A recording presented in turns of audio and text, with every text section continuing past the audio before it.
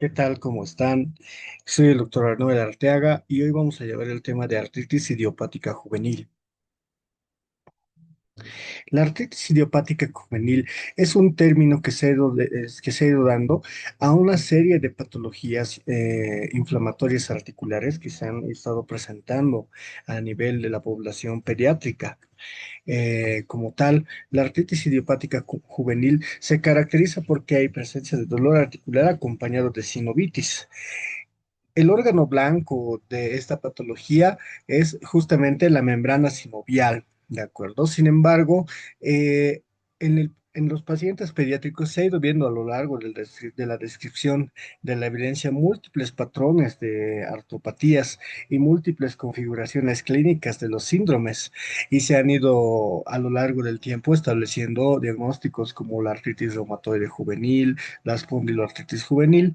Entonces, dada la heterogeneidad de la presentación de todos estos pacientes, es que se ha encontrado muy sospechoso que se presenten a esta edad y puedan acompañar formas juveniles o algunas también formas que no eran concordantes con las patologías prevalentes en los adultos. Es por eso que la Liga Internacional de Reumatología ha definido a la artritis idiopática juvenil para agrupar a todo el grupo, todo este conglomerado de síndromes clínicos. Y es un síndrome caracterizado por la presencia de inflamación articular persistente, dolor, hinchazón, rigidez, que dura más de 6 semanas en pacientes de menos de 16 años, de causa no definida bueno, se han descartado otras causas como enfermedades neoplásicas, hematológicas, metabólicas e infecciosas. Es así que se han ido conformando ciertos grupos de diagnósticos sintomáticos de síndromes clínicos para ir agrupando de manera específica lo más posible los síndromes clínicos correspondientes a la artritis idiopática juvenil. Entonces, la artritis idiopática juvenil no es una enfermedad como tal, sino es un conjunto de enfermedades y de síndromes clínicos que se usan para homogeneizar y caracterizar el dolor articular y la sinovitis en los pacientes pediátricos. Como tal, tenemos la definición y la clasificación en la artritis idiopática juvenil sistémica, la oligoartritis, que es menos de 4 articulaciones, persistente o extendida dependiendo de la característica, la poliartritis asociada a factor reumatoide positivo o negativo, la artritis asociada a entesitis o la artritis asociada a psoriasis y la artritis indiferenciada que no cumple ninguno de los criterios de los 5 anteriores síndromes establecidos. Y juntos van a formar parte de lo que se conoce actualmente como artritis idiopática juvenil. La epidemiología. La artritis idiopática juvenil se constituye como la enfermedad reumática crónica más frecuente en pediatría. Afecta aproximadamente 1 de cada 1000 niños. La forma más frecuente es la forma oligoarticular, constituyéndose desde el 50 al 60% de los pacientes pediátricos. El predominio mayor es en el sexo femenino en los tipos oligoarticular, poliarticular y psoriásico, mientras que la artritis asociada a entesitis y la artritis idiopática juvenil sistémica se asocia más que todo a un predominio de género más equilibrado. Bueno, las regiones mundiales más frecuentes de presentación son las siguientes. La oligoartritis es más frecuente en las regiones de Europa y la artritis relacionada con entesitis es más frecuente en pacientes que se relacionan con la presencia de la expresión del gen HLA-B27, más que todo en poblaciones aborígenes en la región canadiense.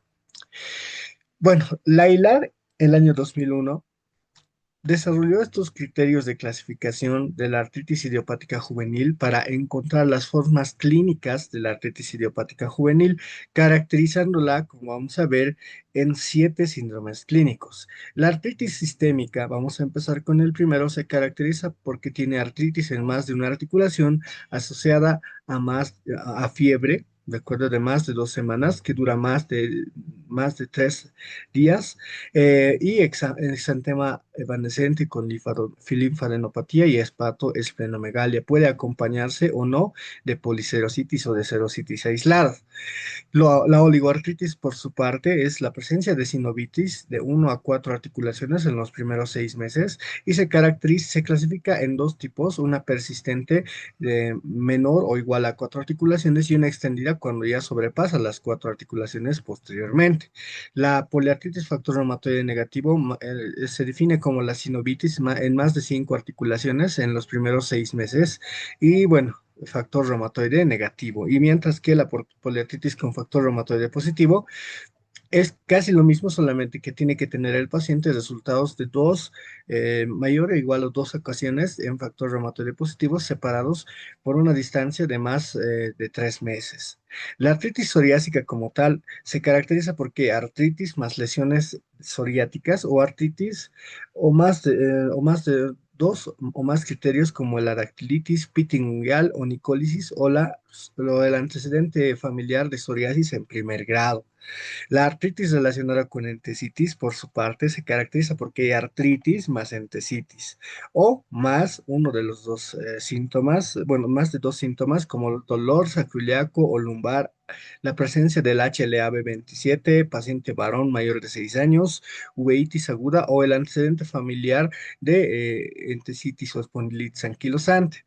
Y por último, la artritis indiferenciada, que se refiere a toda aquella patología articular, puede ser dolor, ¿de acuerdo?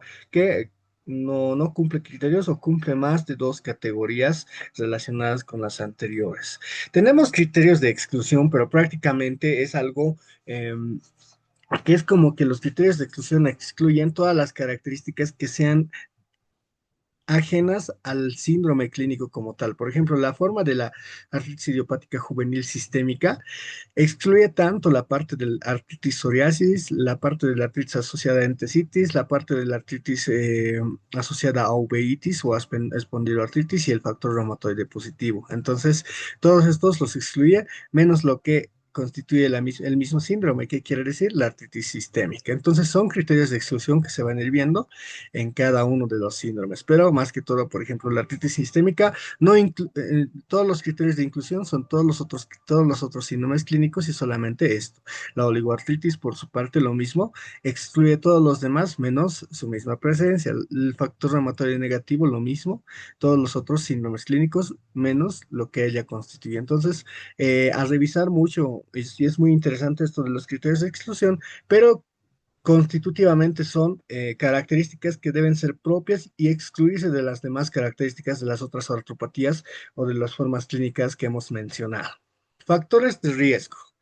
Como tal, al ser la artritis reumatoide, perdón, la artritis idiopática juvenil, un conjunto de síndromes clínicos asociados a ciertas características clínicas, pues no se encuentra un factor de riesgo homogéneo, pero sí vamos a ir viendo algunos factores de riesgo que podemos ir viendo. En la parte ambiental no vamos a tomarle mucho énfasis porque se ha visto que sí hay algunas infecciones que pueden ayudarnos, tanto virales como bacterianas, para que haya expresión de los genes responsables de estas formas clínicas. Sin embargo, dada la heterogeneidad de las patologías correspondientes a la artritis idiopática juvenil, no se puede establecer una relación directa o no hay suficiente evidencia para establecer la relación entre infecciones virales, bacterianas, exposición al tabaco o a la luz ultravioleta que puedan relacionarse totalmente. Sin embargo, en lo que sí nosotros podemos establecer relaciones en los factores de riesgo genéticos. Del 20 al 40% hay una concordancia de tener el artritis idiopática juvenil en gemelos monocigóticos.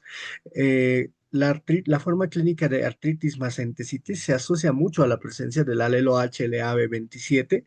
El HLA-DRB0401 se asocia mucho a la poliartritis factor reumatoide positivo también. Y por último, el HLA-DRB 0801 a 11 y DRB 1301 se asocia más a la artritis idiopática juvenil oligoarticular, que es una de las pocas formas que no se van relacionando tanto con las formas que se presentan en adultos. Sin embargo, el HLA-B27, el HLA-DRB0401, asociado a la poliartritis factor reumatoide positivo, se asocian mucho, tanto el HLA-B27 a la espondiloartritis y la HLA-0401 a la artritis reumatoide. Incluso hay algunas formas que constituyen ANA positivo y pueden llegar a tener policerositis, uveitis. Entonces, es muy sospechoso, porque estas clasificaciones lo que hacen es tal vez en el futuro poner en evidencia que que la artritis idiopática juvenil sí son las versiones pediátricas de las formas que tenemos en los adultos. Entonces, por ahora, y para caracterizar estos síndromes clínicos, porque el comportamiento de estas artropatías no son iguales que en los adultos, tenemos que todavía seguir estos criterios, puesto que nos permiten entender y homogeneizar a los pacientes y irlos caracterizando para hacer un buen tratamiento, dado que algunas de estas patologías, bueno, si no son la mayoría, tienen un componente mucho más agresivo, ¿de acuerdo? Bueno, vamos a pasar a la patogenia de la artritis idiopática juvenil. Vamos a empezar con la forma sistémica. Probablemente la artritis idiopática juvenil sistémica no se caracteriza por un proceso autoinmune como tal, sino autoinflamatorio, porque no se ha encontrado evidencia de que haya presencia de autoanticuerpos como tal, como suele suceder en enfermedades autoinmunes, como lo es el prototipo de las mismas, como es el lupus eritematoso sistémico, sino que hay más que todo elevación de la interleucina 1, aumento de la expresión del inflamosoma como tal y aumento también de la interleucina 17 y de los linfocitos TH17, los cuales son característicos de una respuesta inflamatoria. También hay aumento de algunos biomarcadores como las proteínas, la calprotectina, la calgranulina, que también pueden estar asociados específicamente a una artritis idiopática juvenil sistémica. También elevación de la interleucina 6, lo cual puede conllevar a nivel pediátrico a disminución del crecimiento, presencia de osteoporosis o también disfunción de las células natural killer.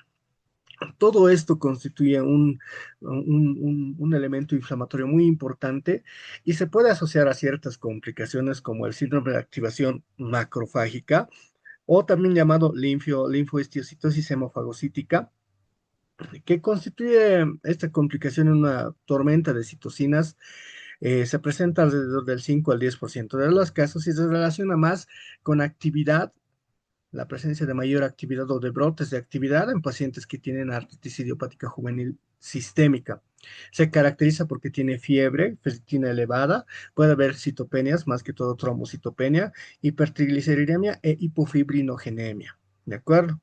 El tratamiento de este tipo de alteraciones y de complicaciones, porque sí es una urgencia, son glucocorticoides, pueden darse en dosis kilogramo peso, bloqueo de interleucina 1 en caso de refractariedad, ciclosporina y hasta etopósido. Y otro componente que se ha asociado un poco a las poblaciones pediátricas que tienen esta enfermedad y la interacción del síndrome inflamatorio como tal o de las artropatías juveniles con la infección con el COVID-19. Esto ha dado a la aparición de algo que se llama síndrome inflamatorio multisistémico y bueno, está asociado más que todo a pacientes reumáticos jóvenes que presentan infección con COVID-19. El curso es menos grave y la mayor capacidad de afectación son cardíaca y gastrointestinal. Sin embargo, sí tiene su gravedad y sí es bueno que se sepa de su existencia para que podamos sospechar en pacientes que tienen artritis o cumplen criterios de artritis idiopática juvenil. En la forma oligoarticular, pues la forma articular es una de las formas más características y tal vez las más específicas para una artritis idiopática juvenil que no coinciden tanto con otro tipo de patologías. Esta bueno, se ha observado en los pacientes que tienen esta forma oligoarticular, mayor actividad de los linfocitos TCD4, más que todo TH17, y elevación del factor de necrosis tumoral. Asociado también se ha encontrado la presencia de positividad a anticuerpos antinucleares, lo cual se relaciona mucho con uveitis crónica. Y en este tipo de pacientitos pediátricos con oligoartritis, la presencia de ANA es un marcador importante para la búsqueda de la uveitis. ¿De acuerdo? En relación a la poliartritis de factor reumatoide positivo, pues se asocia tarde o temprano a la aparición de un anti-CCP y tiene la misma fisiopatología de la artritis reumatoide como tal. La poliartritis, factor reumatoide negativo, se asocia mucho a una hiperreactividad de los linfocitos TCD4 en la vía TH1 y a mayor expresión de interferón gamma. Eh, y por último, la artritis más entesitis se asocia más al HLA-B27 y a la molécula ERAP, que es una aminopeptidasa dependiente de los ribosomas. Y por último, la artritis psoriásica, que igual se asocia a una mayor expresión de interleucina 17. Bueno, las manifestaciones clínicas. Como estamos hablando de formas clínicas, aquí es donde más nos vamos a extender para ir reconociéndola. Vamos a agarrar primero a la oligoartritis, ¿de acuerdo? Normalmente la oligoartritis ocurre en niñas menores de 6 años, ¿de acuerdo? Se caracteriza, ¿por qué? Porque afecta menos de 4 articulaciones, ¿de acuerdo? Esa es la definición de una oligoartritis durante toda la enfermedad. Eh, tenemos dos fases, una fase persistente y una forma extendida, ¿de acuerdo? En la forma persistente, pues toda la enfermedad es menos de 4 articulaciones, mientras que en la forma extendida inicia 4 y luego puede ir aumentando y convertirse en una poliartritis. La evolución en la oligoartritis persistente se mantiene limitada y en la oligoartritis extendida pues puede extenderse a más articulaciones con el tiempo. La frecuencia, bueno, más común es la forma persistente y la extendida pues no es tan común. El pronóstico es bueno y hasta benigno en pacientes que tienen oligoartritis persistente, sin embargo puede haber más riesgos de daño articular y deformidades en pacientes con oligoartritis extendida. La afectación articular puede ser más que todo de predominio en rodillas y tobillos en la forma persistente, sin embargo, en la extendida puede volverse poliarticular y afectar también miembros superiores. La inflamación es más leve en la forma persistente y en la extendida pues es intensa. Las complicaciones. En la forma persistente, el mayor riesgo es la presencia de uveitis clínica, que hay que buscar justamente con el ANA. Y bueno, en la forma extendida puede relacionarse más a discapacidad articular. El curso clínico normalmente en la forma persistente es estable, puede tener tendencia a ser benigno si se controla, mientras que la oligoartritis extendida puede ser progresivo y llegar a provocar múltiples secuelas funcionales en los pacientitos que las van padeciendo. Entonces, es muy importante tener en cuenta estos criterios para poder llegar a un diagnóstico y tratamiento correcto, ¿no? Bueno, continuando con las otras manifestaciones clínicas, vamos a hablar de la otra forma clínica que es la artritis idiopática juvenil sistémica. Esta forma clínica como tal se caracteriza porque tiene una triada muy importante: fiebre, exantema y artritis. La fiebre normalmente es mayor a 39 grados centígrados, es diaria, tiene más de 2 picos al día, es de carácter vespertino, tiene dolor abdominal y también mialgia, dolor musculoesquelético importante. Ya afecta el estado general durante el pico febril y mejora ante la ausencia de la fiebre. Tiene un patrón intermitente que puede dar 2 o 3 picos al día. Y bueno, en la mayoría de los pacientes, en el 30% de los pacientes y en el 5% de los pacientes puede ser también de carácter continuo.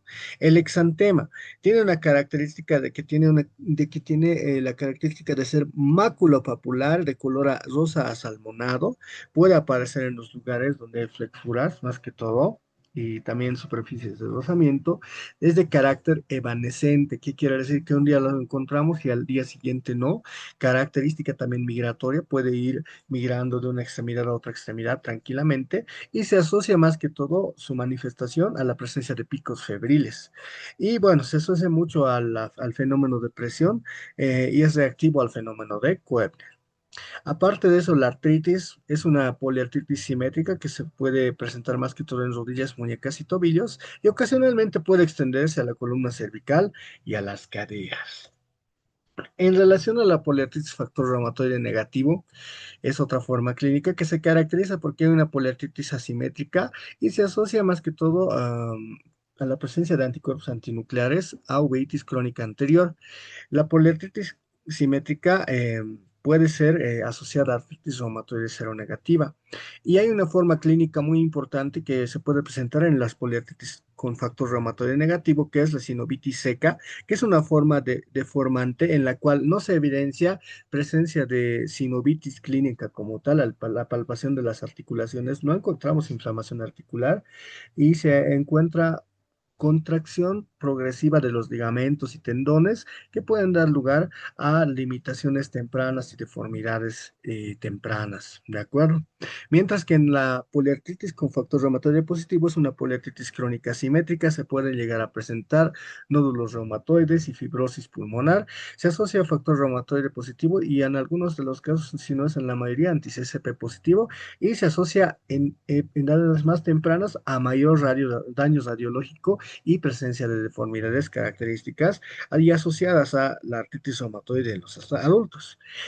En relación a la artritis psoriásica, es una artritis asimétrica asociada a uveitis anterior, dactilitis y puede llegar a tener también anticuerpos antinucleares positivos.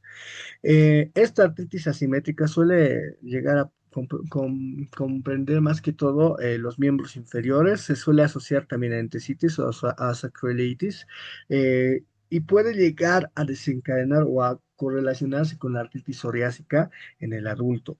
Eh, También puede presentarse sinovitis seca, sin embargo, no en todos los casos como la anterior patología. La artritis más entesitis es una forma de espondiloartritis juvenil. Se presenta más que todo en varones más de 6 años y tiene una afectación periférica que es más que todo en miembros inferiores. El tratamiento. Ya llegando casi al final de esta lección, lo que tenemos que tener en cuenta es que los pacientes pediátricos necesitan un tratamiento establecido tanto para su peso o su superficie corporal, ¿de acuerdo? Entonces, si es que tenemos un caso que sospechemos de ser artritis idiopática juvenil, es mejor referirlo a un pediatra o a un reumatólogo pediátrico para que pueda más o menos entender cuál es la característica del pacientito. Normalmente se caracteriza porque podemos usar antiinflamatorios no esteroideos como el ibuprofeno en pacientes de más de 6 meses, el naproxeno en pacientes de más de 2 años, los glucocorticoides como la prednisona o la dexametasona también están incluidos, dependiendo de la severidad de la enfermedad. También podemos usar metotrexato y leflunomida, dosis según superficie corporal del paciente, fármacos como los inhibidores de la vía del factor de necrosis tumoral, como el etanercept, el adalimumab, anti-interleucina 6, como el tocilizumab, antirreceptores de CD20, como el rituximab, en artritis idiopática juvenil sistémica, podemos usar inhibición de la vía de los inflamasomas con el anakinra, y en casos en los que sea necesario también podemos usar inhibidores de la Janus quinasa como el tofacitinib, baricitinib. En casos oligoarticulares o monoarticulares podemos usar infiltraciones con acetato de acetónido de triamcinolona o corticoides de depósito intraarticulares, y en casos que realmente necesitan un manejo ya mucho más complicado, también podemos usar inhibidores de la calcineurina, como lo es la ciclosporina. ¿De acuerdo? Ese es el final de esta lección. Muchas gracias por la paciencia. Nos vemos en la siguiente.